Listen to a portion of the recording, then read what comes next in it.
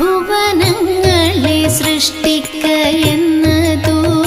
ഭുവനാന്ത്യപ്രളയം കഴിവോളം കർമ്മപാശത്തെ ലംഘിക്കയെന്നതു ബ്രഹ്മാവിനു വേളുതല്ല നിർണയം.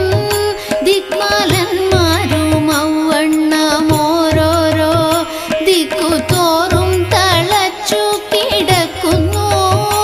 അല്പകർമ്മികളാകിയ നാമെല്ലാം അല്പകാലം കൊണ്ടോരോരോ ജന്തുക്കൾ ഗർഭപാത്രത്തിൽ പൊക്കും പുറപ്പെട്ടും കർമ്മം കൊണ്ടു കളിക്കുന്നതിങ്ങനെ.